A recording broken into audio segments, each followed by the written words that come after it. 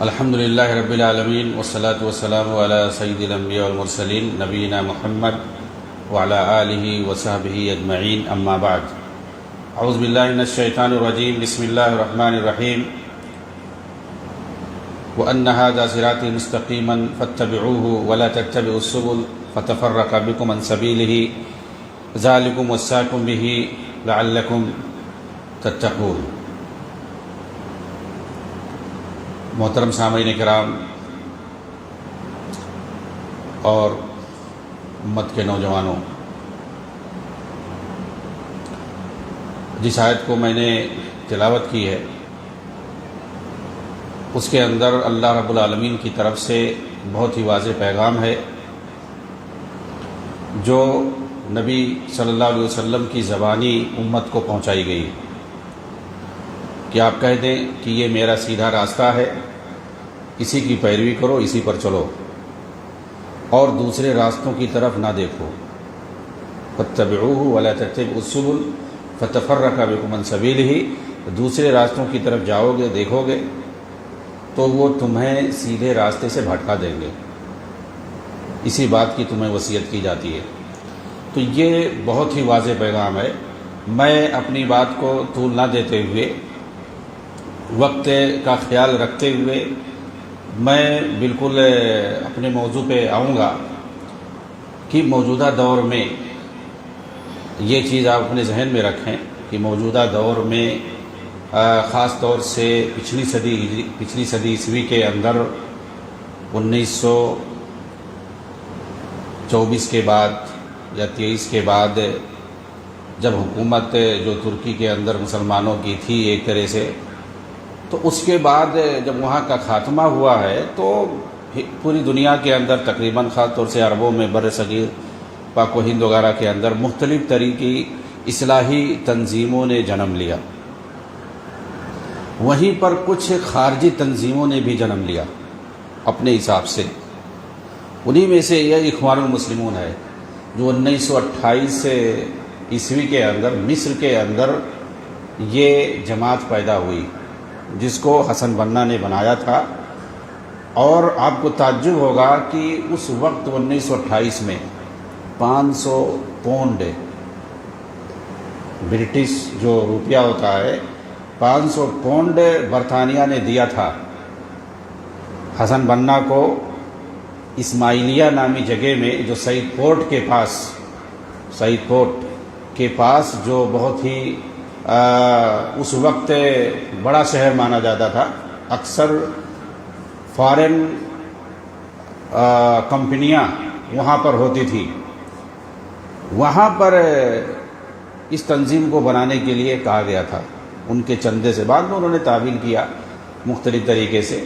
تو آپ سوچ سکتے ہیں کہ اس تنظیم کو کس نے بنوایا ہے۔ اسی لیے علامہ احمد محمود شاکر رحمہ اللہ، جو بہت بڑے محدث مانے جاتے ہیں مصر کے اندر، بہت ساری کتابوں پر انہوں نے تحقیق کی ہے، انہوں نے صراحت کے ساتھ لکھا ہے کہ میں یقین سے کہتا ہوں کہ اس تنظیم کے پیچھے جو لوگ ہیں وہ کون لوگ ہیں؟ انگریز ہیں۔ انہی کے تعاون سے یہ تنظیم چل رہی ہے۔ آپ دیکھیں کتنے اوقات گزر گئے، کتنا زمانہ گزر گیا اس تنظیم کو بنائے ہوئے، کس چیز کے نام پہ؟ دین کے نام پہ۔ لیکن ان لوگوں نے سوائے فساد کے، بغاوت کے، خروج کے، قتل و غارت گری کے اور کچھ نہیں کیا۔ پوری ان کی تاریخ ہے، مصر سے لے کر کے تمام جو عرب ممالک تک جہاں تک یہ پھیلے ہیں، ان کی ایک سوچ ہوتی ہے کہ کہیں بھی رہے وہاں پر حکومتوں کے خلاف کام کریں۔ یہ حکومت کے اندر حکومت بناتے ہیں۔ کوئی بھی حکومت ہو، مسلم حکومت ہو، کافر حکومت ہو، کوئی بھی حکومت ہو، یہ کوئی نہیں برداشت کرے گا کہ اس کی حکومت کے اندر کوئی حکومت بنائے، کوئی حکومت چلائے، کیسی بھی حکومت ہو۔ ان کا صرف اور صرف یہی کام ہوتا ہے کہ جہاں بھی یہ رہتے ہیں وہاں حکومت کے خلاف ہر طرح کی کارروائی کرنا۔ آپ یہ چیز ان کی کتابوں میں دیکھو گے، ان کے جو بڑے بڑے پیر اور مرشدین ہیں انہوں نے لکھ رکھا ہے، سید قطب کہ کہیں بھی رہو. اسی سے ان لوگوں نے ایک شعوری گوشہ نشینی کی اصطلاح ٹرمنالوجی بنائی ہے.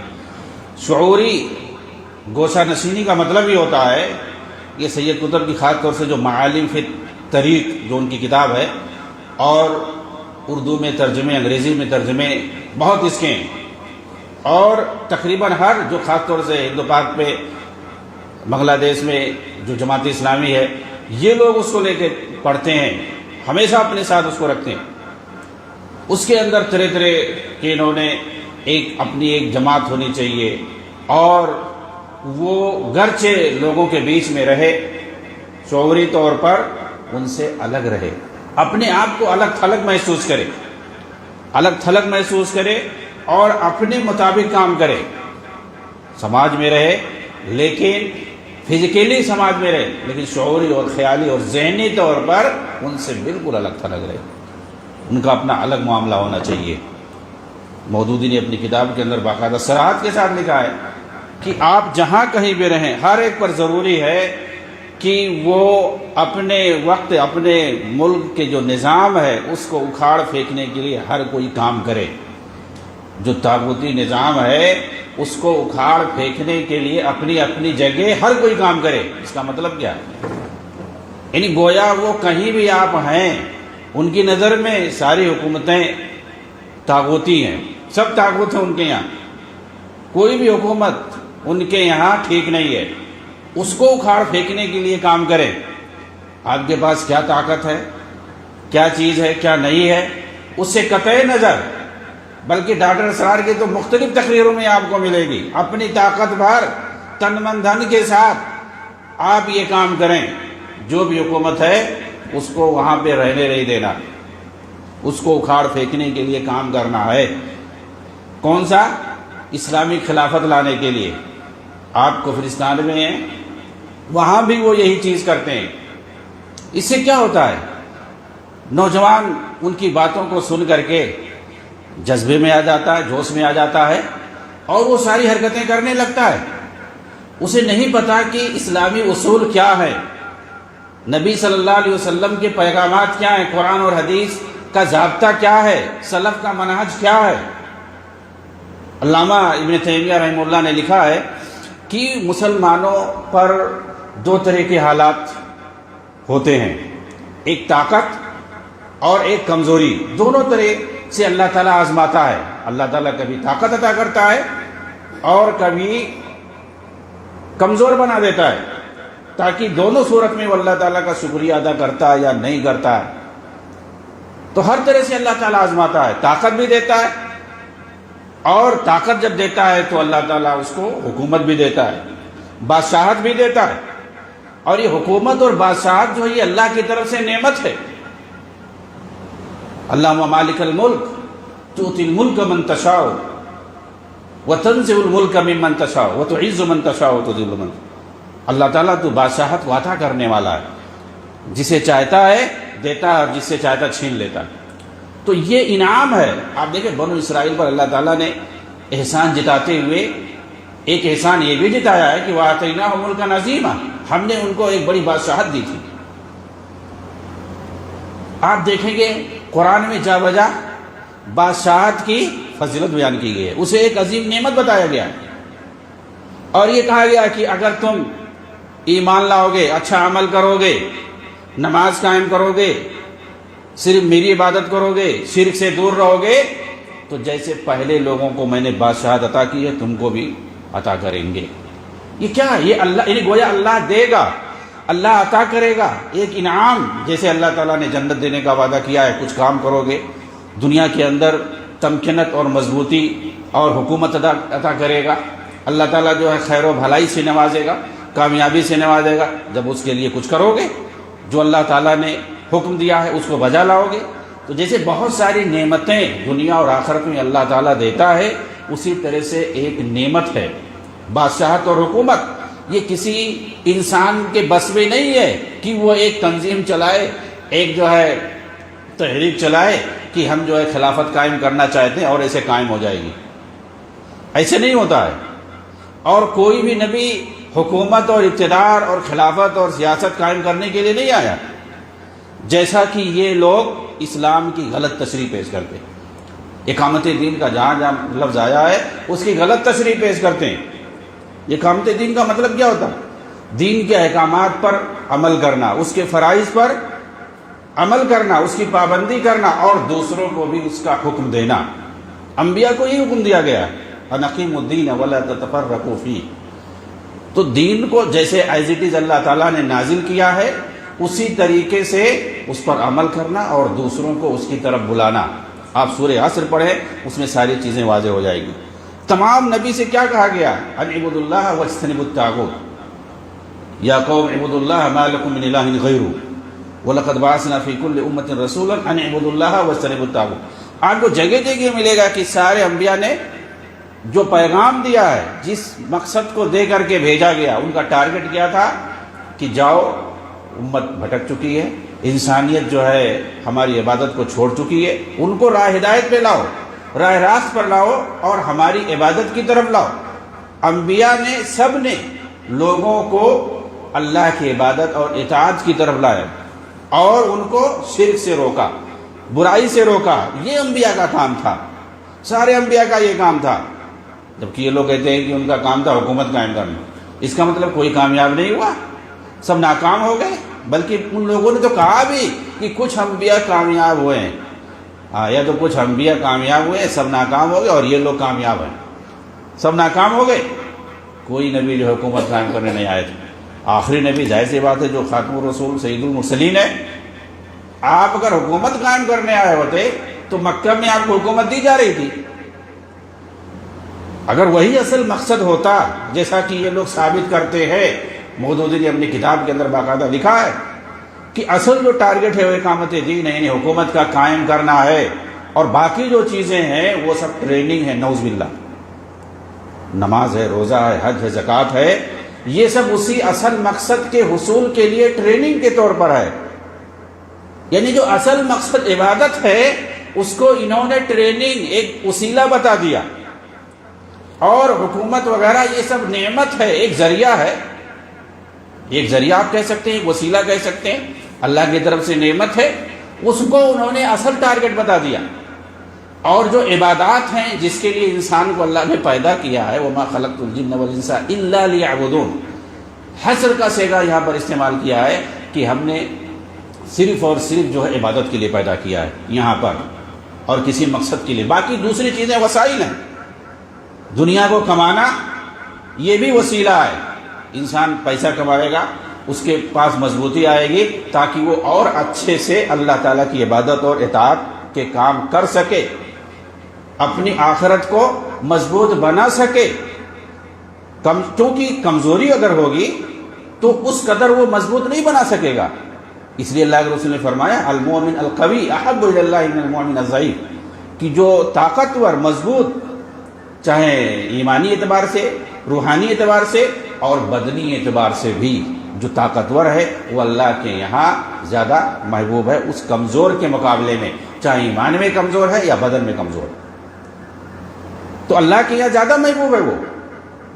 اس لیے یہ لوگ عام طور سے جو دینی تشریعات ہیں، اصول ہیں، ان کی غلط تشریح کرتے ہیں۔ لا الہ الا اللہ، اس کا معنی پوری دنیا آج تک کیا سمجھتی تھی کہ اس کا مطلب ہوتا ہے کہ اللہ کے علاوہ کوئی معبود برحق نہیں، یعنی الہ کا لفظ جو اس کے اندر ہے وہ معبود کے معنی میں، معبود کے معنی میں، اور سب یہی جانتے ہیں قرآن میں جہاں بھی اس لفظ کا استعمال کیا ہے معبود کے معنی میں، اور جس کا مطلب یہ ہوتا ہے، جس کی گواہی لوگ دیتے ہیں اسلام میں آنے کے بعد کہ اب ہم اللہ کے علاوہ اور کسی کی عبادت اور اطاعت نہیں کریں گے، سب سے برات کا اظہار کرتے ہیں۔ اب ہم عبادت کریں گے تو صرف اللہ کی، اطاعت کریں گے تو صرف اللہ کی، اسی چیز کی گواہی ہوتی ہے۔ کفار مکہ اسی لیے جو ہے بھاگتے تھے لا الہ الا اللہ سے، کہ بھئی اس کا مطلب یہ ہے کہ صرف سب کو ہم چھوڑ دیں، اپنے معبودوں کو چھوڑ کے صرف ایک ہی کو ماننے۔ یہ محمد صلی اللہ علیہ وسلم جس بات کی طرف دعوت دے رہے ہیں، کہہ رہے ہیں قولوا لا الہ الا اللہ تفلحوا، اس کا مطلب کیا ہے؟ یعنی ہم اپنے معبودوں کو چھوڑ دیں، صرف ایک معبود کو مانیں۔ وہ لوگ تو سمجھتے تھے، آج یہ لوگ غلط تشریح کر رہے ہیں۔ چاہے وہ مولانا مودودی ہو، سید قطب ہو، یا کوئی بھی ان کے یہاں. یہ لوگ کیا کہتے ہیں؟ ڈاکٹر اسرار ہو اور دوسرے جو اسلام کی غلط تشریح لوگوں کے پاس پیش کر رہے ہیں اپنی تحریروں کے ذریعے سے، اپنی تقریروں کے ذریعے سے، یہ امت کو گمراہ کر رہے ہیں. کہہ رہے ہیں یہاں الہ کا معنی حاکم ہے. حاکم ہے مطلب لا حاکم الا اللہ، اللہ کے علاوہ کوئی حاکم نہیں. اگر یہ معنی لے لیا جائے لا الہ الا اللہ کا کہ اللہ کے علاوہ کوئی حاکم، تو یہی تو اصل ٹارگٹ ہے. کلمہ توحید اصل ہے، اللہ کے علاوہ کوئی حاکم نہیں ہے. اگر یہ مراد لے لیا جائے تو اس کا مطلب کیا ہوگا؟ یعنی ہمیں صرف حکومت کے لیے کام کرنا، اللہ کو حاکم مان کر کے بیٹھ جاؤ، اور اس کے علاوہ پھر معبود وغیرہ عبادت اور بندگی کا کیا معنی رہ جائے گا؟ اس کا معنی ثانوی درجہ ہو جائے گا. جبکہ یہ معلوم ہونا چاہیے کہ حاکم جو ہے اللہ تعالیٰ کی جو ایک صفت ہے حاکم، یہ توحید ربوبیت میں شامل ہے. اللہ تعالیٰ جس کو ہم رب مانتے ہیں، رب العالمین مانتے ہیں، اس کے اندر یہ حاکم ہے. رب کا مالک ہی، رب کا معنی ہی ہوتا ہے کہ اللہ تعالیٰ خالق ہے، حاکم ہے، مالک ہے، رازق ہے.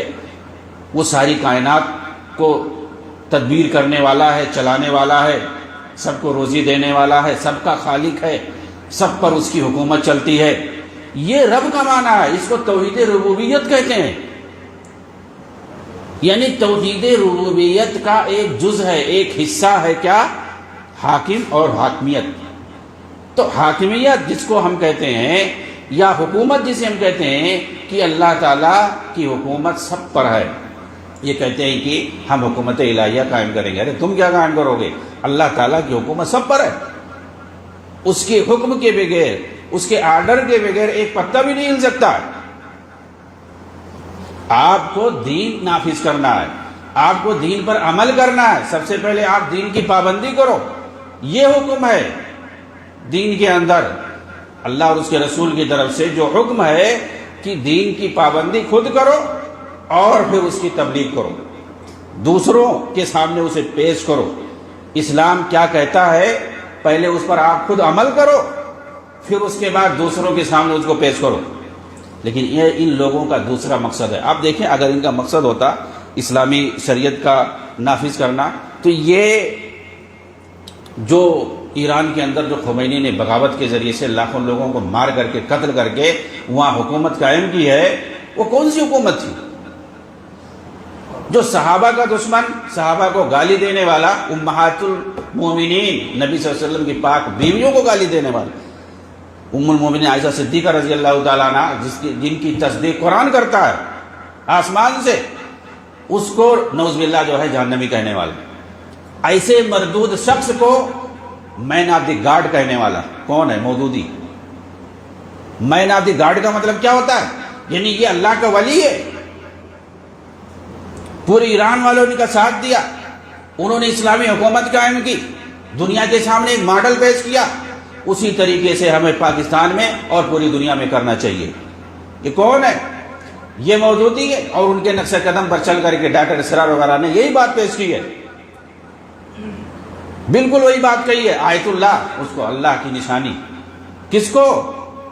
خمینی کو. ان لوگوں کو شرم نہیں آتی کہ ایسا مردود انسان جو انگریزوں اور فرانسیسیوں کے گود میں پل کر کے وہاں سب ٹریننگ لے کر کے 20 سال اور جٹ طیارے کے ساتھ امریکی اور فرانسیسی خفیہ ایجنسی کے ساتھ اور ان کی کمانڈر فوج کے ساتھ اس کو باقاعدہ جٹ طیارے میں لا کر کے تہران میں اتارا گیا پوری حفاظت کے ساتھ تاکہ وہ حکومت اپنے کنٹرول میں لے. یہ جو مسلمانوں کے کٹر دشمن ہے، چاہے وہ فرانس ہو یا امریکہ ہو یا برطانیہ، وہ لوگ کیا اسلامی حکومت ایسے قائم کرنے کے لیے راہ ہموار کریں گے اور اس کے رہنما کو اپنے یہاں پالیں گے؟ یہ کوئی سوچ سکتا ہے؟ 20 سال تک اس کو ٹریننگ دیں گے. اور یہ لوگ کہتے ہیں کہ انہوں نے آ کر کے جو 2000 سال سے شاہی حکومت چلی آ رہی تھی اس کا خاتمہ کر دیا اور اسلامی حکومت کی بنیاد رکھی ڈاکٹر اسرار نے. میں پوچھتا ہوں کہ 2000 سال سے وہاں پر کون سی بادشاہی حکومت تھی؟ بھائی 1400 سال پہلے تو صحابہ کرام نے، عمر بن خطاب رضی اللہ عنہ نے اور دیگر صحابہ نے ساسانی حکومت جو پہلے سے وہاں چلی آ رہی تھی اس کا خاتمہ کر دیا تھا صحابہ نے. ایران کے اندر جو بادشاہی حکومت پہلے سے چلی آ رہی تھی اس کا خاتمہ تو مسلمانوں نے کر دیا تھا آج سے 1400 سال پہلے صحابہ کرام نے. تو یہ 2000 سال سے چلی آ رہی حکومت کو یعنی ساسانی حکومت کو گویا بادشاہی حکومت کو انہوں نے ختم کیا. بیچ میں کوئی وقفہ ہی نہیں ہے. جبکہ صفوی حکومت چلی آ رہی تھی اس سے پہلے 300 سال پہلے سے اسی کا خاتمہ کیا یہ جو شاہی حکومت تھی. لیکن اس کا تسلسل وہ ساسانی حکومت تک کرتے ہیں. یعنی بالکل رافضیوں والی بولی ہے ان لوگوں کی اور اس کو ایک ماڈل کے طور پر پیش کرتے ہیں پورے یعنی ایرانی حکومت کو جو کہ صحابہ دشمن رافضی حکومت ہے اس کو انہوں نے پوری دنیا میں عالم اسلام میں ایک ماڈل بنا کے پیش کیا اور کہا کہ وہی تو ایک اسلامی حکومت ہے اس کے علاوہ سب طاغوت ہیں نعوذ باللہ. یعنی جو مسلمانوں کا قاتل ہے جنہوں نے ایران میں سب سے بڑا علاقہ جو اہواز کا ہے سنی مسلمانوں کا فلسطین کا 4 گنا بڑا علاقہ ہے اس پر قبضہ کر کے وہاں جو کہ جہاں پر سارا خزانہ ہے تیل وغیرہ سب وہیں سے نکلتا ہے وہ سنی عرب علاقہ ہے اہواز اس پر قبضہ کر کے وہاں کے لوگوں کو مارنا ستانا بغیر مقدمے کے جیل میں ڈال دینا پھانسی دینا آئے دن. یہ کہاں ہو رہا ہے؟ ایران میں ہو رہا لیکن اس کو دنیا سے چھپایا جاتا ہے کوئی نہیں دکھاتا ہے. فلسطین سے زیادہ ظلم ہوا ہوتا ہے اہواز میں کتنے لوگوں کو وہاں مارا جاتا ہے ستایا جاتا ہے جیل میں ڈال دیا جاتا ہے پھانسی سے کھلے عام پھانسی دی جاتی ہے غداری کے نام پہ سرے عام اسے پھانسی دی جاتی ہے اہوازیوں کو. فلسطین کے 3 گنا زیادہ بڑا علاقہ ہے وہ اس کی کوئی بات نہیں کرتا ہے اور کہتے ہیں کہ اسلامی حکومت ہے اسلامی حکومت. یہ کون لوگ مشہور کرتے ہیں؟ یہی لوگ مشہور کرتے ہیں یہی لوگ ماڈل بنا کے پیش کرتے ہیں. یوسف قرضاوی نے یہی بات کہی ہے مودودی نے یہی بات کہی ہے اور ڈاکٹر اسرار نے یہی بات کہی ہے. قرضاوی نے کہا کہ یہاں پر ایران میں اس وقت اس دنیا کے اندر صرف 2 اسلامی حکومت ہے ایک ایران کے اندر ہے اور ایک سوڈان کے اندر اس وقت حسن ترابی کی حکومت تھی وہ جو مردود ایک ملحد قسم کا انسان تھا لیکن چونکہ وہ اخوان المسلمون کا تھا اس لیے وہ اسلامی حکومت ہو گئی اسلامی حکومت ہو گئی. وہ اس کے اندر الہاد پایا جاتا تھا وہ اسلامی جو قانون ہے اور دستور ہے قرآن حدیث کے جو مسائل ہیں ان کو نئے سرے سے چینج اور تبدیل کرنے کی بات کرتا تھا اور کتابیں بھی اس پر اس نے لکھی ہیں. وہ جو دین کے جو مسائل ہیں احکام ہیں اذکار ہیں حج عمرہ وغیرہ کے جو مناسک ہیں ان کا مذاق اڑاتا تھا تسبیح وغیرہ کا مذاق اڑانا بہت ساری چیزوں کا الہاد اس کے اندر پایا جاتا تھا. لیکن وہ کیا ہے اخوان المسلمون سے جڑا تھا تو وہ اسلامی حکومت ہے. ان لوگوں نے جہاں جہاں حکومت کی ہے مثال کے طور پر آپ دیکھیں گے یہ پہلے شریعت کی بات کرتے ہیں پہلے جو حکومت ہے اس کو کہیں گے طاغوت کہیں گے یہ شاہی حکومت ہے یہ طاغوت ہے ایسا ہے ویسا ہے. آپ یہ بتائیں نبی صلی اللہ علیہ وسلم کے زمانے میں بہت ساری بادشاہتیں تھیں عمارتیں تھیں جگہ جگہ آپ نے کسی کو کہا ایسا؟ آپ نے بہت سارے لوگوں کے پاس اس وقت موجود جتنی حکومتیں تھیں سب کے پاس آپ نے خط بھیجے لیٹر بھیجے اس میں کیا لکھا رہا اسلام قبول کر لو اسلام قبول کر لو اللہ رب العالمین تمہیں معاف کرے گا اور تمہیں جو پہلے حکومت ہے ویسے ہی تم حاکم بنے رہو گے اور اگر اسلام قبول نہیں کرتے ہو تو اللہ رب العالمین تمہیں دوہرا جو ہے گناہ دے گا کیونکہ تم حاکم ہو. تو یہ آپ لکھتے تھے آپ یہ کبھی نہیں کہتے تھے کہ جو ہے تم کو چھوڑنا پڑے گا اور وہاں جو ہے اس حکومت کو ختم کر دیں گے ایسا ہوگا ویسا ہوگا. ایسے ہی ایز اٹ از جیسے تم حاکم ہو ویسے تم حاکم بنے رہو گے.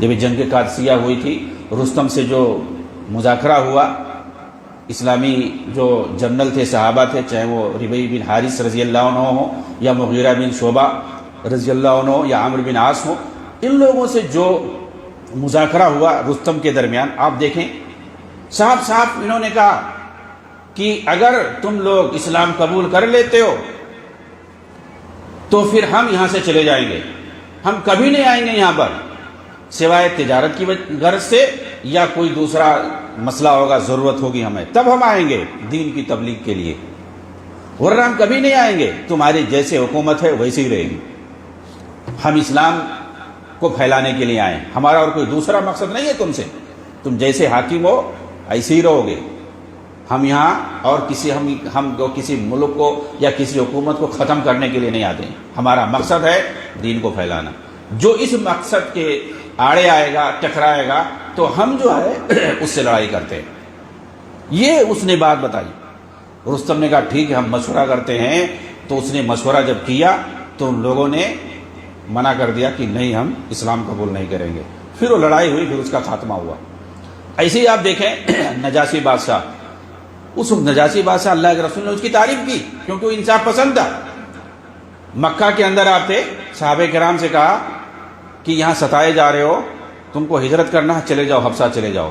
فإن بها حاکم لا یظلم عنده، وہاں پر ایک حاکم رہتا ہے جس کے پاس ظلم نہیں ہوتا، وہ انصاف پسند ہے. آپ نے اس کی تعریف کی اور اس کی تعریف کرتے ہوئے آپ نے اس کو رجل صالح کہا، نیک آدمی وہاں رہتا ہے، وہاں جاؤ. صحابہ کرام گئے، وہاں پر تھے، وہاں انہوں نے دین کی تبلیغ کی اور وہ آدمی مسلمان ہو گیا. نجاشی جو بادشاہ تھا وہ اسلام لے آیا.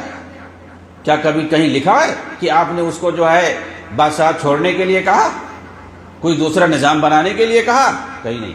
اس کی جو وفات ہوتی ہے تو اللہ کے رسول جنازہ پڑھتے ہیں اس کے اوپر اور کہتے ہیں کہ تمہارا بھائی وہاں انتقال ہو گیا ہے اور سب بنا لو اس کا جنازہ پڑھنا ہے. تمہارے بھائی کا انتقال ہو گیا ہے. کون سا بھائی؟ مومن بھائی، رجل صالح، مومن بھائی، انصاف پسند. یہ سب کس کے لیے کہہ رہے ہیں اللہ کے رسول؟ ایک بادشاہ کے لیے. اور انصاف پسند بادشاہ تو اس وقت کہا جب وہ کافر تھا، عیسائی تھا.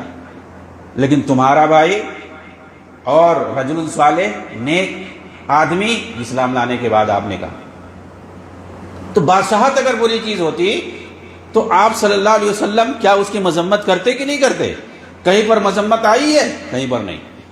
میں یہ کہنا چاہتا ہوں کہ یہ لوگ چونکہ عالم اسلام کا جو قلب ہے، جو اصل ہے، بنیاد ہے، عرب ممالک، وہاں پر بادشاہت ہے تو یہ لوگ اس کی مذمت کرتے ہیں، ورنہ اور کوئی وجہ نہیں ہے.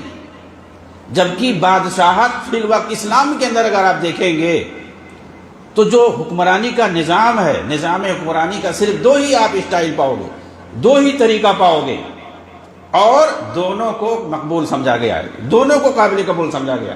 وہ کون سا؟ ایک شورائی خلافت اور دوسرا جو ہے غلبے والی حکومت جس کو بادشاہت کہتے ہیں. غلبے والی خلافت، بادشاہت دونوں ایک ہی چیز ہے. یہ کنفیوژن ہے کہ خلافت اور ملوکیت الگ الگ کوئی چیز نہیں، دونوں کا معنی حکومت ہوتا ہے. اسلامی کتابوں کے اندر خلافت ہے، حکومت ہے، امامت ہے، بادشاہت ہے یعنی ملوکیت، سب کا استعمال ہوا ہے، سب ایک معنی میں ہے. لیکن اس میں ایک تو شورائی نظام ہے اور اگر ویسا ناممکن ہو تو ایک غلبے والی ہے. دونوں قابل قبول ہے لیکن بہتر اس میں پہلا اور دوسرا اس سے کم درجہ ہے. آپ کو پوری اسلامی تاریخ میں یہی دونوں صورت نظر آئے گی، اس کے علاوہ اور کوئی صورت نہیں ہے. یہ جو جمہوریت کا سسٹم ہے یہ یہودیوں کا بنایا ہوا ہے، یورپ کا بنایا ہوا ہے. اس کے اندر جو فساد ہے وہ کسی چیز کے اندر نہیں ہے. میں بتاتا ہوں آپ کو فساد کیا.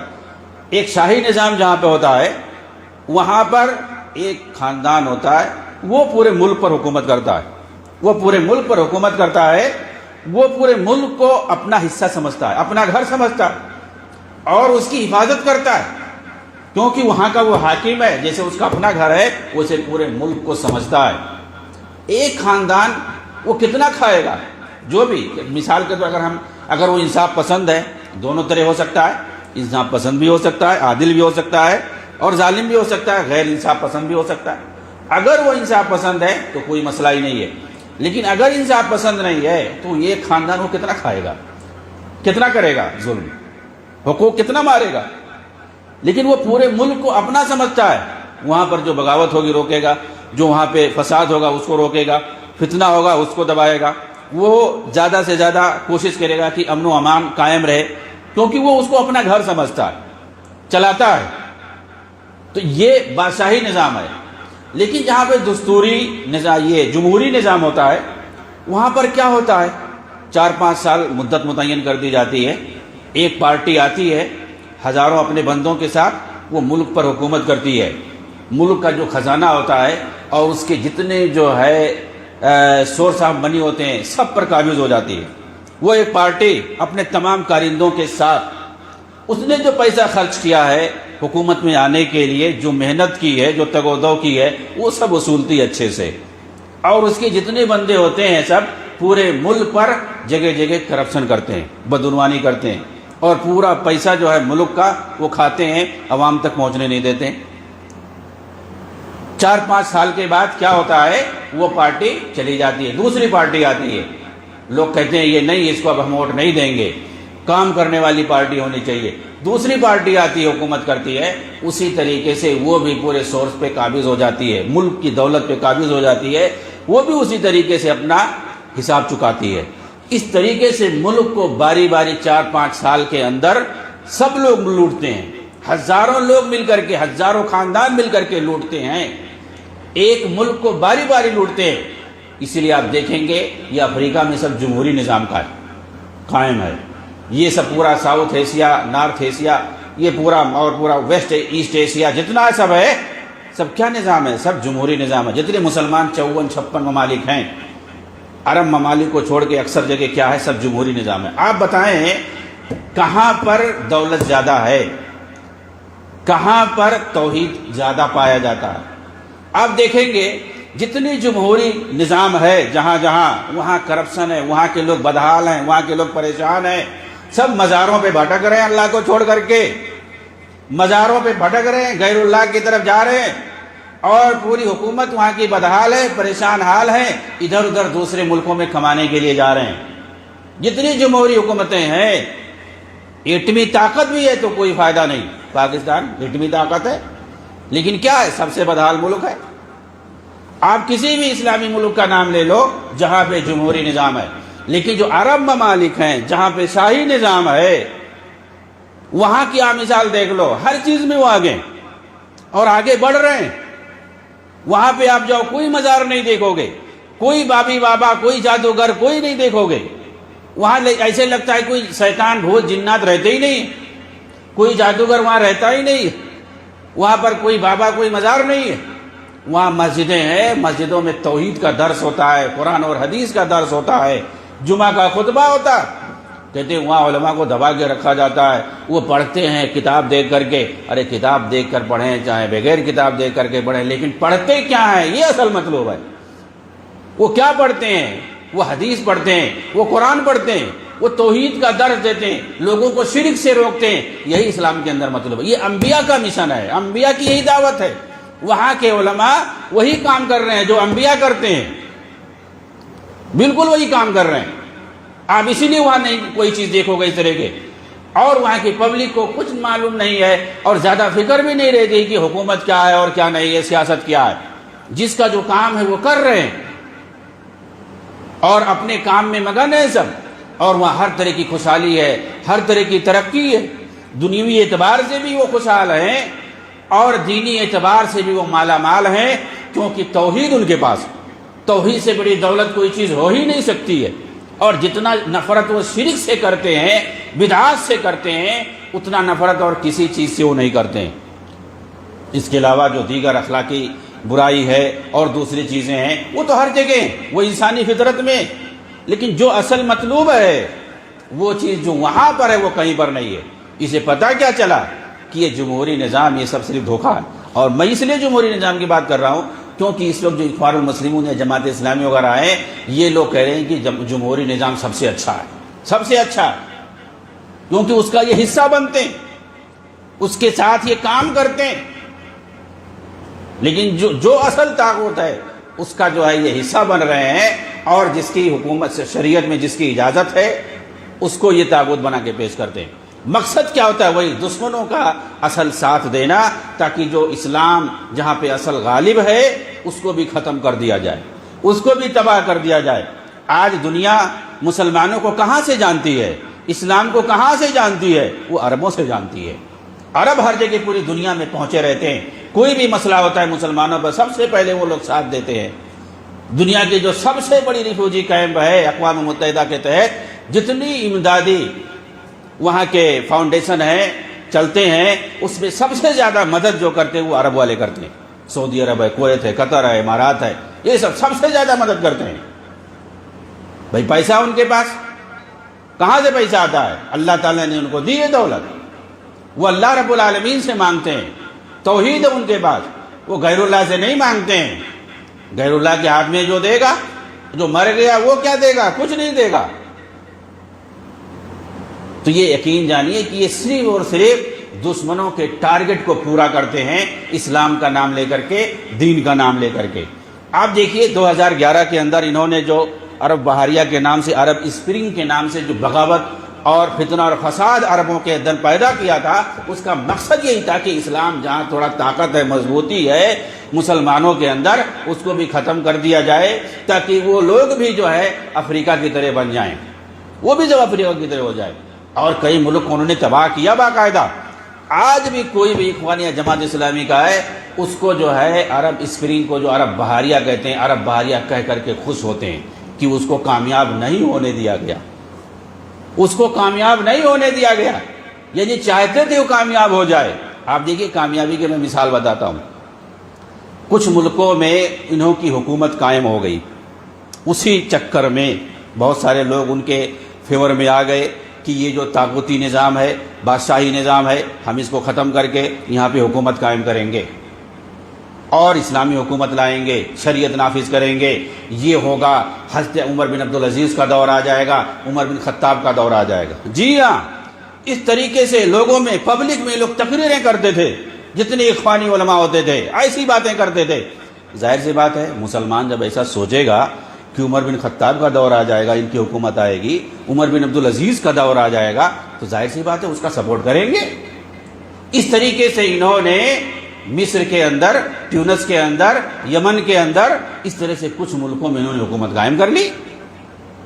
کیا ہوا؟ مصر کی مثال لو، وہاں پہ مرسی کو صدر بنایا گیا۔ کون ہے مرسی؟ 2011 سے پہلے 5 سال پہلے وہ آتا ہے مصر کے اندر، اس سے پہلے وہ کہاں تھا؟ اس کی پوری زندگی اس کی اولاد کے ساتھ کہاں گزری ہے؟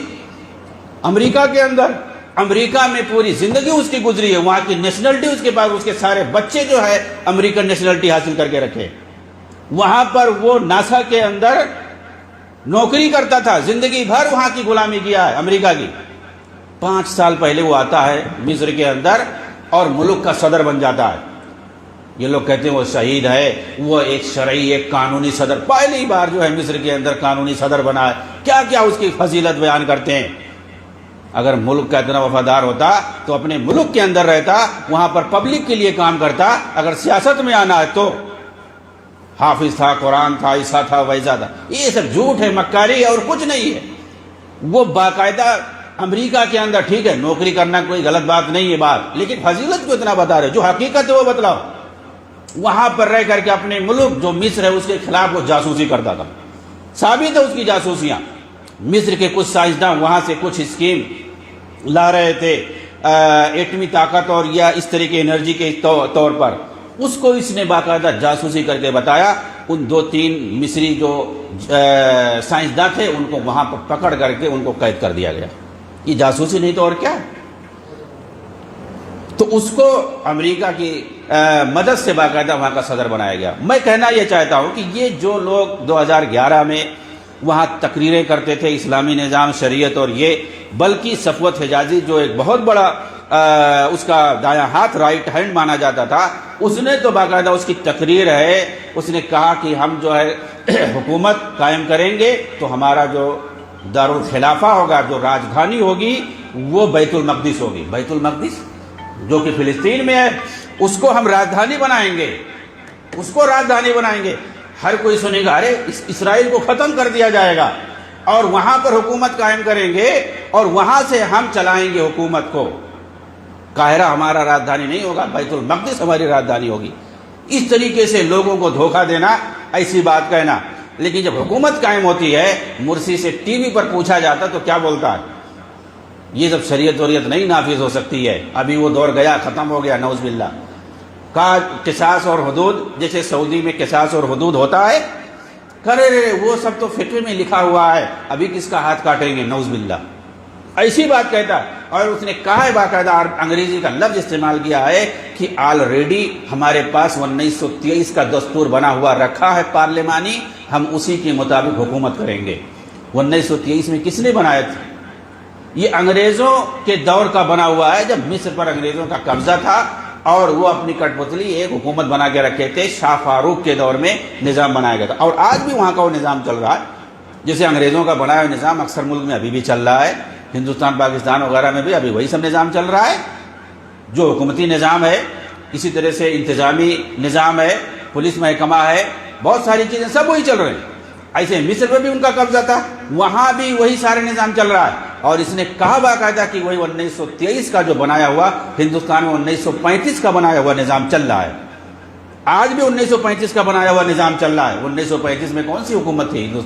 ہندوستان آزاد ہی نہیں ہوا تھا، اس وقت انگریزوں کی حکومت تھی، لیکن حکمرانی جو نظام ہے ہندوستان کے اندر یا پاکستان کے اندر، وہ 1935 کا بنایا ہوا ہے انگریزوں کے دور میں۔ ایسے ہی مصر کے اندر 1923 میں انگریزوں کے زمانے میں بنایا ہوا قانون وہاں چل رہا ہے۔ اس نے کہا باقاعدہ کہ ہم وہی نظام چلائیں گے، اور حکومت بننے کے بعد اسرائیل میں کیا کیا، اپنا ایک دوسرا نیا جو ہے سفیر بھیجا، اس کا نام محمد عاکف، اس کو بھیجا، اور باقاعدہ اس کو جو ہے شمون پیرس کو اپنا لیٹر بھی لکھا، باقاعدہ محبت نامہ لکھا۔ یہ سب آج بھی ٹی وی پہ ریکارڈ ہے، موجود ہے، الجزیرہ پہ موجود ہے، کہیں دوسری جگہ نہیں، یہ ساری چیزیں۔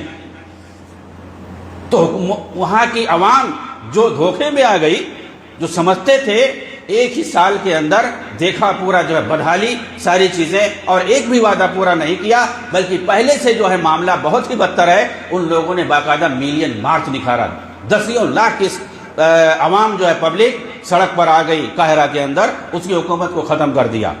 کہتے ہیں کہ وہ امریکہ نے ختم کر دیا، سعودیہ نے مل کے ختم کر دیا، نہیں تو وہ یہ کر دیتا، وہ کر دیتا۔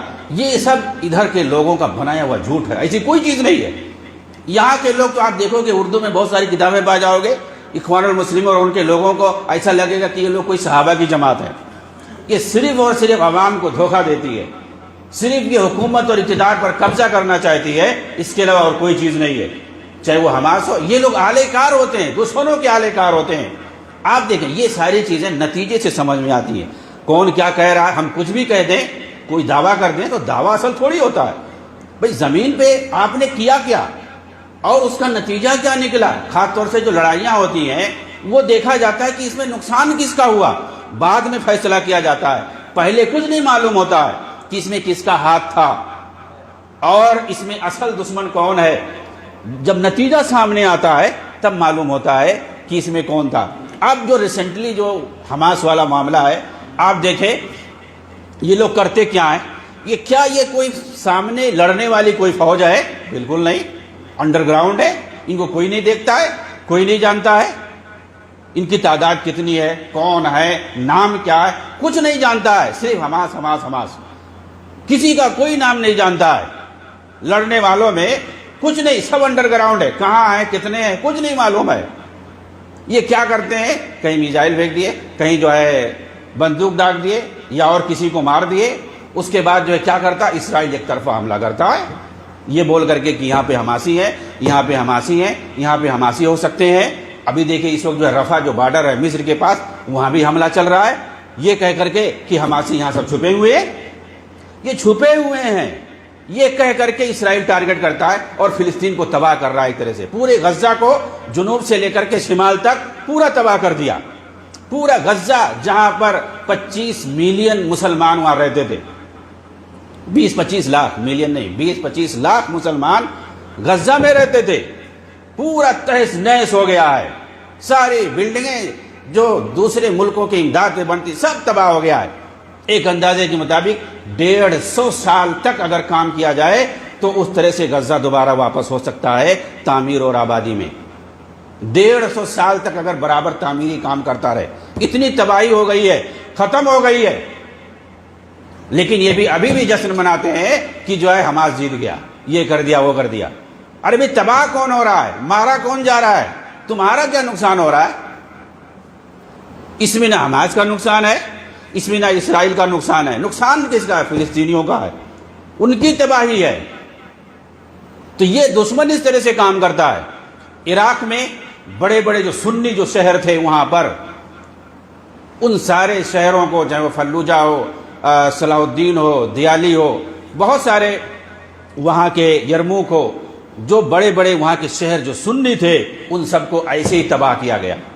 یہاں پر داعش ہے، یہاں پہ داعش کا قبضہ ہے، یہاں پہ داعش کا قبضہ ہے، اور باقاعدہ بھیجا جاتا تھا، داعشیوں کو موقع دیا جاتا تھا. وہاں جو سسٹم ہوتا تھا وہ سارے لوگ وہاں سے بھاگ جاتے تھے، اس کے بعد وہ جاتے تھے، داخل ہوتے تھے، پورے شہر پہ قبضہ کر لیتے تھے. ایسے ہی تمام شہروں کو برباد کیا گیا. سیریا میں اسے برباد کیا گیا، یمن میں برباد کیا گیا، لیبیا میں برباد کیا گیا. ایسے ہی فلسطین کو دو حصوں میں، وہاں پر لڑنے والی جو ایک ہی پارٹی تھی الفتح، اس کے بعد جب یہ دیکھا گیا کہ اب یہ صلح و صفائی کے ذریعے سے بہت امکان ہے کہ وہاں پر دو حکومت قائم ہو جائے، فلسطینیوں کو ایک مضبوط الگ سے حکومت بنا دی جائے. ساری دنیا قریب تھی کہ یہ قائل ہو جائے اور ضروری ہو گیا تھا. لیکن جو اسی وقت 2007 کے اندر حماس کو ایک پارٹی کے طور پر پیش کیا جاتا ہے اور وہاں پر اختلاف پیدا کیا جاتا ہے. وہ لوگ وہاں پہ کوئی فوجی کی اجازت نہیں ہے. فلسطین کے اندر ان لوگوں کو صرف اتنا ہی کیونکہ فوجی اعتبار سے، سفارتی اعتبار سے، ہر اعتبار سے، فضائی ہو، زمینی ہو، ہر اعتبار سے اسرائیل پورے فلسطین پر قابض ہے. جو فلسطینی اتھارٹی ہے وہ غزہ کی طرف یا جو ادھر مغربی پٹی کی طرف صرف اتنا اجازت ہے کہ یہ لوگ وہاں کا جو سادن ہے، وہاں کا جو پبلک کا کام ہے، اور ایک جو پولیس محکمہ ہے، تھانہ، اتنی اجازت ہے لوگوں کو قابو میں کرنے کے لیے، یہ اتھارٹی دی گئی ہے. اس کے علاوہ کرنسی وہاں کا چلتا ہے، اسرائیل کا چلتا ہے، فوجی نظام وہاں کا ہے، سفارتی نظام وہاں کا ہے، سب وہاں کا ہے. حتیٰ کہ جو ساری سہولیات ہوتی ہیں ساری سہولیات دیتا ہے. آپ دیکھیں کہ وہاں پر لڑائی چل رہی تھی، اسرائیل جو ہے پانی بند کر دیا، اسرائیل کھانا بند کر دیا. کیا مطلب اس کا؟ سارا سسٹم، ساری چیزیں، ساری سہولیات اسرائیل سے جاتی ہیں. غزہ کے اندر کون سی لڑائی ہو رہی ہے؟ یہ ایسے ہی ہے جیسے ہندوستان کے اندر کشمیر ہے، اس کا حصہ ہے، اس کا قبضہ ہے، ہندوستان کا قبضہ ہے. وہاں کے لوگ بغاوت کر دیں. اب انڈیا کے پاس وہاں پر بہت ساری فوجیں ہیں، 10 لاکھ فوجیں وہاں پہ، 20 لاکھ فوجیں ہیں. کیا ہوگا؟ جو بغاوت کرے گا مارا جائے گا.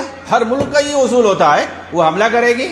وہاں پر کوئی فوج رکھنے کی اجازت نہیں ہے، کیونکہ ایک ملک میں ایک ہی فوج ہوتی ہے، دوسروں کو نہیں ہے. نہ فتح کو اجازت ہے، نہ حماس کو اجازت ہے، کسی کو اجازت نہیں ہے غیر قانونی طور پر. لیکن وہاں فلسطین کے اندر، خاص طور سے غزہ اور دوسرے علاقوں میں 50 فوجی ملٹری وہاں پر جو ہے تنظیمیں بنی ہوئی ہیں جو جہاد کے نام پر چل رہی ہیں. اسرائیل جو ہے کچھ نہیں کہتا ہے. کیوں؟ کیونکہ انہی کی بنیاد پر وہ مسلمانوں کو تباہ کرتا ہے. انہی کی بنیاد پر. اس میں بہت زیادہ سب شیعہ تنظیمیں ہیں. یہ شیعہ تنظیمیں کہاں سے آتی ہیں؟ چاہے وہ اخوانی تنظیمیں ہو یا شیعہ تنظیمیں ہو، یہی لوگ پورا وہاں پر فوجی تنظیمیں بنا کے رکھے ہیں مسلمانوں کی تباہی کے لیے. اور غزہ پورا تباہ ہو گیا. ابھی جو ہے ان کی نگاہ ادھر مغربی پٹی پر بھی ہے. ادھر اردن کی طرف سے بھی فساد پھیلانا چاہتے تھے یہ لوگ، وہاں پہ اخوانی بھرے ہوئے ہیں. تو یہ ٹارگٹ کس کا پورا کر رہے ہیں؟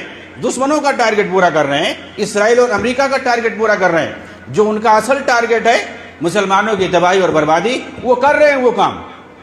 بھائی اسلام کا اصول ہے کہ آدمی کمزوری کی حالت میں ہو تو وہ کسی کی بھی حکومت میں ہو، وہاں کے اصول اور ضابطے کے تحت رہنا چاہیے، قبول کرنا چاہیے. اور جو تمہارا جو اصل کام ہے دین کی تبلیغ کرنا، وہ کرو، اس سے مت ہٹو. اپنے دین پر عمل کرو اور جتنا ممکن ہو سکے اس کی تبلیغ کرو، دوسروں کو بھی بتاؤ.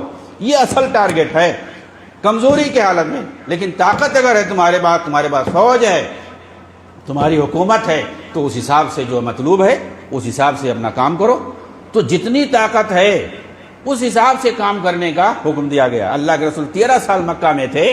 آپ نے کبھی کوئی خلفزار، کوئی بغاوت، کوئی خروج وہاں کی حکومت کے خلاف، مکہ کی حکومت کے خلاف یا وہاں کے سرداروں کے خلاف کبھی آپ نے کوئی گٹ بندی کوئی ایسی کی؟ بلکہ یہ بعض روایتوں میں آتا ہے صحیح بخاری وغیرہ کے اندر کہ بعض صحابہ نے پریشانی کو دیکھ کر کے کس طرح سے وہ ستائے جا رہے تھے، اللہ کے رسول نے شکایت کی کہ ہم لوگ جو ہے کب جو ہے اپنی آواز بلند کریں گے، اسے کیسے کب تک ستائے جائیں گے. تو اللہ کے رسول صبر کی تلقین کرتے تھے کہ ابھی وقت نہیں ہے. صبر کی تلقین کرتے تھے اور مثالیں دیتے تھے پہلے انبیاء کی، ان کی قوموں کی، کہ کیسے ان کو ستایا گیا. ان کو آرے سے چیر دیا جاتا تھا لیکن دین کی وجہ سے وہ ثابت قدم رہتے تھے اور صبر کرتے تھے. مدینہ کے اندر وہاں جب لوگوں نے ساتھ دیا اور وہاں پر مسلمانوں کو آزادی ہوئی اور وہاں ان کی جمعیت بنی، وہاں ان کو طاقت حاصل ہوئی، تو اس حساب سے اللہ کے رسول نے باقاعدہ کام کیا. دین کی دعوت کے لیے یا دین کی دعوت کی راہ میں جو رکاوٹ بنے، اللہ کے رسول نے ان سے لڑائی بھی کی کیونکہ طاقت تھی آپ کے پاس، بلکہ اس وقت کی سپر پاور طاقتوں کے خلاف آپ نے جو ہے فوج لے کے گئے۔ تبوک کی فوج مشہور ہے، تبوک میں اللہ کے رسول جو 30,000 فوج لے کر کے گئے تھے آخری عمر میں، تو بڑی بڑی سپر پاور طاقتوں سے بھی آپ نے ٹکر لیا۔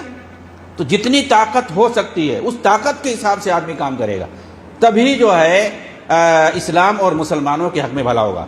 لیکن یہ جذبات میں آ کر کے، جوش میں آ کر کے آدمی خود اپنا تباہ ہوتا ہے اور اپنے پیچھے دوسروں کو تباہ کرتا ہے۔ یہ خود کش حملے جو ہیں اس میں کیا ہوتا ہے، وہ آدمی خود اپنی عاقبت تباہ کرتا ہے، اپنی زندگی تباہ کرتا ہے، اپنے پیچھے اپنے گھر والوں کو تباہ کرتا ہے، اور پھر دوسرے مسلمانوں کے لیے بھی تباہی کا باعث بنتا ہے، کیونکہ جتنے خود کش حملے ہوتے ہیں ان کی نشاندہی ہوتی ہے، خاص طور سے فلسطین کے اندر، تو اسرائیل جو ہے اس کا 1000 گنا زیادہ تباہی پھیلاتا ہے، مسلمانوں کو مارتا ہے، اور جس گھر کا معلوم ہو جاتا ہے کہ یہ فرد تھا اس کے گھر والوں کو بھی پریشان کرتا ہے اور تباہ کر دیتا ہے۔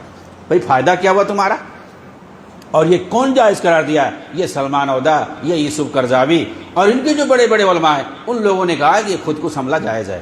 بلکہ ذاکر نائک سے بھی میں تو ڈائریکٹ نہیں سنا ہوں، کسی نے بتایا کہ انہوں نے بھی کہا جائز ہے ضرورت کے وقت۔ یہ خود کو حملہ جو سوسائڈ بمبنگ ہوتی ہے اس کو یہ لوگ جائز کر دیتے ہیں، جبکہ یہ کیا ہوتا ہے؟ کہتے ہیں کہ پہلے جو اس طرح سے صحابہ کرام اور دوسرے لوگ تھے وہ دشمنوں کی فوج میں گھس جاتے تھے، حملہ کرتے تھے، مطلب ان واقعات سے یہ استدلال کرتے ہیں، جبکہ یہ جھوٹا استدلال ہے، صحیح نہیں ہے۔ وہ لوگ کیا کرتے تھے؟ بہادری سے لڑتے ہوئے دشمنوں کی فوج میں گھس جاتے تھے، مارتے تھے۔ کس کو مارتے تھے؟ دشمنوں کو مارتے تھے اپنی تلواروں سے، اور اپنے کو نہیں مارتے تھے۔ اگر وہ مارے جاتے تھے، شہید ہوتے تھے، تو ان کو دشمن مارتے تھے، اپنے سے کوئی نہیں مارتا تھا۔ پہلے کے لوگ اگر شہید ہوتے تھے چلو ٹھیک ہے، دشمنوں کی فوج میں گھس جاتے تھے، لیکن کیا وہ اپنے کو مارتے تھے؟ نہیں، دشمن مارتے تھے۔ اور قرآن بھی کہتا فَيَقْتُلُونَ وَيُقْتَلُونَ کہ یہ دشمنوں کو مارتے ہیں اور مارے جاتے ہیں۔ تو مارا جانا دوسرے کے ہاتھ سے، دشمن کے ہاتھ سے مارا جانا، اس کو شہادت کہتے ہیں۔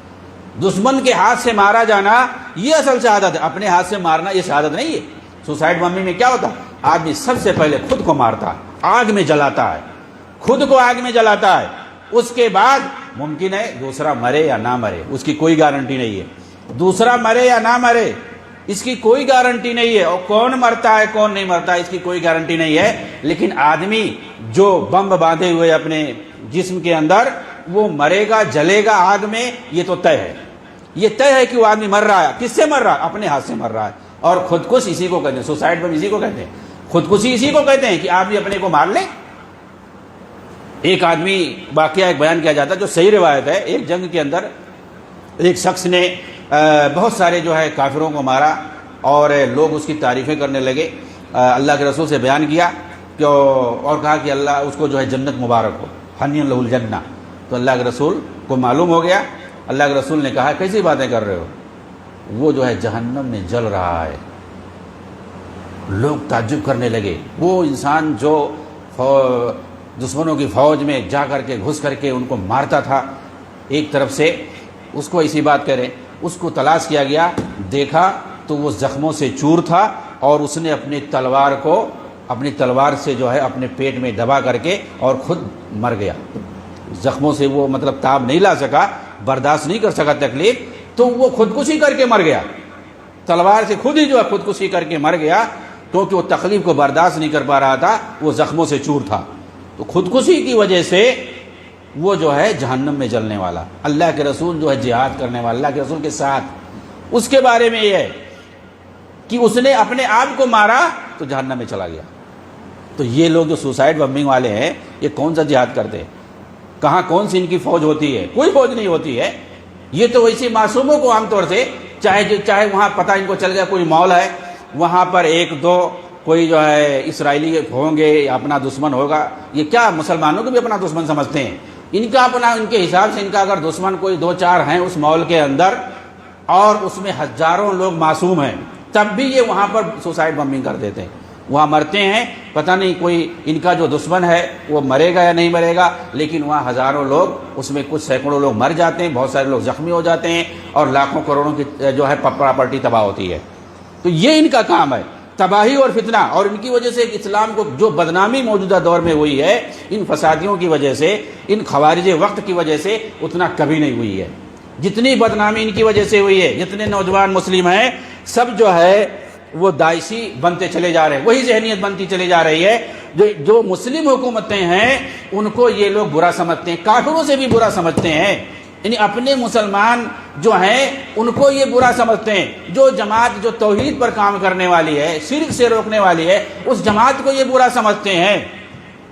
ایسا جو ہے یہ لوگ سسٹم بنائے ہیں، ایسا یہ لوگ جوش دلاتے ہیں گھو پلا پلا کر کے کہ جو اپنے جو توحید والے جو نوجوان ہیں جماعت اہل حدیث کے، یہ جو اپنی جماعت کو برا سمجھنے لگتے یہ لوگ کچھ نہیں کر رہے ہیں، ایسا نہیں ویسا نہیں، جبکہ ہمیں کرنے کے لیے بھائی دینی جماعت ہے۔ اگر دینی جماعت مان رہے ہو تو دین کا کام ہونا چاہیے، اور دین میں سب سے پہلے نمبر پہ توحید کا کام ہے۔ توحید کی طرف لوگوں کو دعوت دو، شرک سے روکو، بدعات سے روکو، اور جو بدعتی ہو اسے ڈراؤ کہ اس کے پاس مت جاؤ، یہ اصل کام ہے ہمارا۔ اور خاص طور سے جب ہم اقلیت کی صورت میں ہو، جب ہم غیر مسلم حکومت میں ہو تو یہ ہمارا فریضہ اور بڑھ جاتا ہے۔ لیکن یہ لوگ کیا کرتے ہیں، کچھ انسانی کام کرا کے، ارے یہ لوگ تو بہت کام کر رہے ہیں، کوئی جو ہے کمبل بانٹ دیا اس میں، اور کوئی رمضان میں جو ہے رمضان کٹ بانٹ دیا، اور جو ہے جاڑا آیا تو کمبل بانٹ دیا، کہتے ہیں بہت بڑا کام کر رہے ہیں۔ ارے بھائی تم سے بڑے اگر یہی سب سے بڑا کام ہے تو تم سے زیادہ اچھے تو جو عیسائی ہیں، عیسائی تنظیموں سے زیادہ تم تھوڑا کام کرتے ہو۔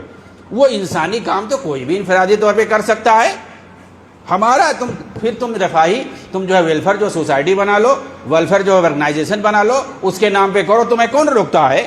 لیکن اگر تم دینی تنظیم بنائے ہو، جماعت اسلامی نام رکھے ہو، تو اسلامی والا کام کرو۔ سب سے پہلے اسلام میں جو سب سے مقدم ہے وہ کر کے دکھاؤ، توحید پر دکھاؤ کر کے۔ ان کی کوئی کتاب نہیں ملے گی جو توحید پر کسی نے لکھا ہو، شرک اور بدعت کے خلاف کوئی کتاب ہو ان کے پاس کوئی نہیں ملے گی۔ کوئی ایسا آدمی نہیں ملے گا جو شرک اور بدعت کے خلاف بولنے والا ہو، جو توحید پر بولنے والا ہو، کوئی آدمی ان کے یہاں نہیں ملے گا۔ دین اور اسلام کا جو کام ہے یہ لوگ بالکل نہیں کرتے ہیں۔ جو ایسا کام جو کامن ہے، سب چاہے مسلمان ہو غیر مسلمان ہو، بلکہ غیر مسلمان وہ سب سے آگے ہے۔ عیسائی تنظیمیں سب سے زیادہ چیریٹی کرتی ہیں دنیا کے اندر، امریکہ سب سے زیادہ ہے ڈونیشن دیتا ہے، ایسی چیزوں میں چیریٹی کا کام کرتا ہے۔ سب سے زیادہ چیریٹی کا کام امریکہ سے ہوتا ہے۔ کیا مطلب امریکہ سب سے اچھا ہے؟ امریکہ جو ہے سب سے بہتر ہوگا، جماعت اسلامی سے بھی بہتر ہو گیا اگر جو چیریٹی کے حساب سے دیکھا جائے تو۔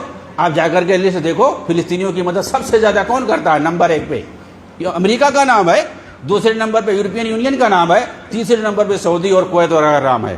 کیوں؟ وہ بڑے بڑے ملک ہیں، ان کے یہاں زیادہ بڑے ڈونر رہتے ہیں، ان کو جو ہے وہاں سے زیادہ آتی ہے۔ تو کیا مطلب امریکہ اور یورپ جو ہے یہ لوگ سب سے اچھے ہیں؟ نہیں، ہمارا جو دین ہے وہ ہم اس پر کام کریں گے تب ہم اچھے ہوں گے۔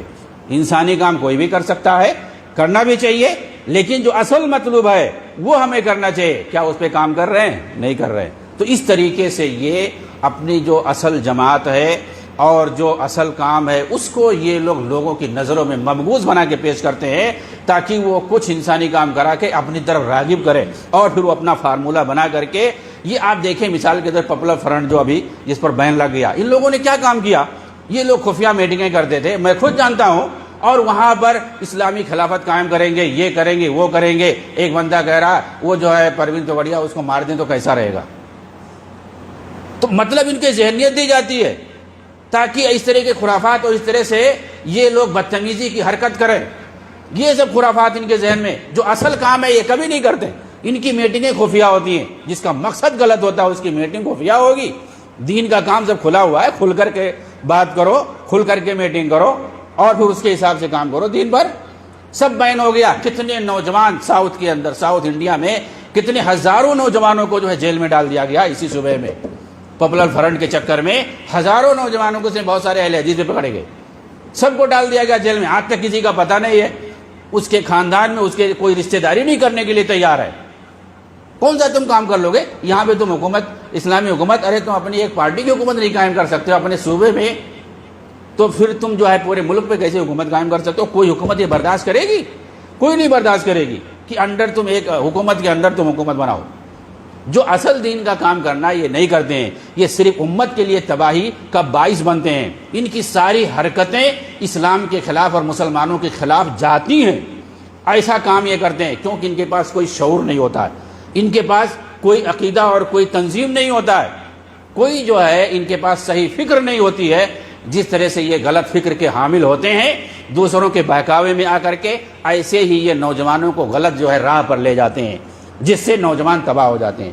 امت کے نوجوان، خاص طور سے اہل حدیث کے نوجوان، ان کے فیور میں پڑھ کر کے، ان کے چکر میں پڑھ کر کے تباہ ہو رہے ہیں، برباد ہو رہے ہیں۔ اس لیے ضروری ہے کہ دین کے نام پر اس طرح کی جو تنظیمیں ہیں گمراہ کرنے والی، ایسی تنظیموں سے دور رہنا چاہیے، اور اپنے جو علماء ہیں جو کتاب و سنت کی دعوت دیتے ہیں، کتاب و سنت کی طرف بلاتے ہیں، صحیح عقیدے کی طرف، سلف کے منہج کی طرف جو بلاتے ہیں، اور دین اسلام کی جو صحیح تعبیر پیش کرتے ہیں، ان سے جڑ کر رہیں اور انہی کے ساتھ مل کر کے کام کریں، اپنے سماج کے اندر، اپنے خاندان کے اندر اور پوری دنیا کے اندر جو دین اصل ہے اس کو قائم کرنے کے لیے، اس پر عمل کرنے کے لیے کوشش کریں۔ اللہ رب العالمین ہمیں فتن و فساد سے دور رکھے، اللہ تعالی ہمیں اصلاح پیدا کرنے کی اور دنیا اور آخرت کے اندر خیر اور بھلائی کرنے کی کوشش عطا کرے۔ آمین۔ وآخر دعوانا الحمدللہ رب العالمین، والسلام علیکم ورحمۃ اللہ وبرکاتہ۔